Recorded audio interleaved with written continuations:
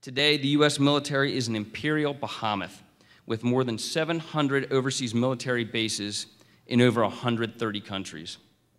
It has an additional 6,000 military bases in the United States and its territories.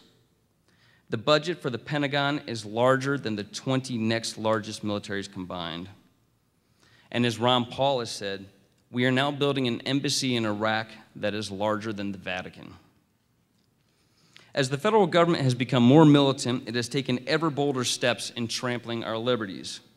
On a domestic level, it began small, began inspecting our food, started controlling wages, enacting price controls, and then it became a little bolder, started tearing apart companies that it thought were too large and too powerful. It razed entire neighborhoods in the name of urban renewal. It started spying on its citizens. It attempted to nationalize complete industries. And now in the 21st century, it has moved to depriving us of even the most basic of rights, such as right to a fair trial. And torture is now an accepted form of justice. The Constitution was designed to prevent the state from doing these very things, but it has ceased doing so. This does not mean that the Constitution is flawed in design. No Constitution, no matter how well designed, will work as intended if the citizens do not care if their politicians observe it or even understand how it works. Now, all of this sounds rather foreboding, and it is true that our government is doing horrible things these days. But there is hope. If you look on the inside cover of Freedom Daily, and if you didn't pick one up, I highly recommend you do on your way out, you will see a phrase that the Future Freedom Foundation has been committed to since our inception. We don't compromise. We don't compromise our philosophy because we know that ideas do matter. Look at what happened between the 1890s and the 1930s. An idea, socialism, transformed this nation in a matter of 40 years. The 1890s were a relatively wonderful time to live in the U.S. There was no income tax, regulation was at a bare minimum. But in the span of 2 generations, the country morphed into a socialist transfer society unrecognizable as the republic it once was.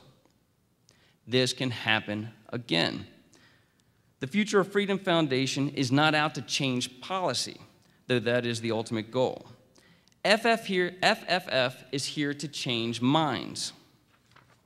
Just as socialism swept the nation 100 years ago, there is absolutely no reason that the idea of liberty cannot sweep it right back to where it came from.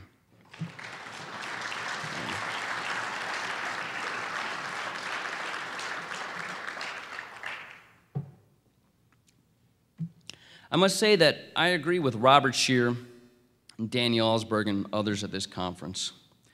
We have an excellent framework in place for a free society.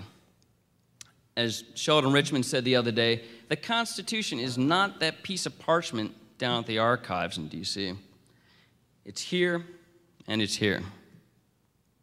It is when the people again believe that liberty and the Constitution matter that the Republic will be restored. Before I leave you, I would like to say a few words about Jacob Hornberger. He has been our master of ceremonies for this conference and hence has nobody to introduce him, but he deserves an introduction. Jacob is the most dedicated advocate of liberty one can find, and his vision of libertarianism is 100% pure. He is the driving force behind the Future Freedom Foundation, and more than anyone else, he is the one that we have to thank for this incredible weekend.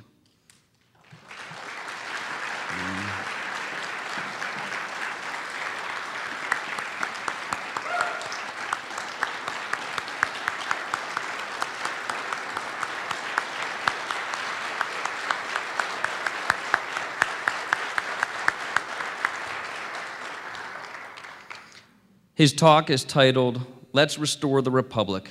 He is president and founder of the Future Freedom Foundation. Please welcome Jacob Hornberger.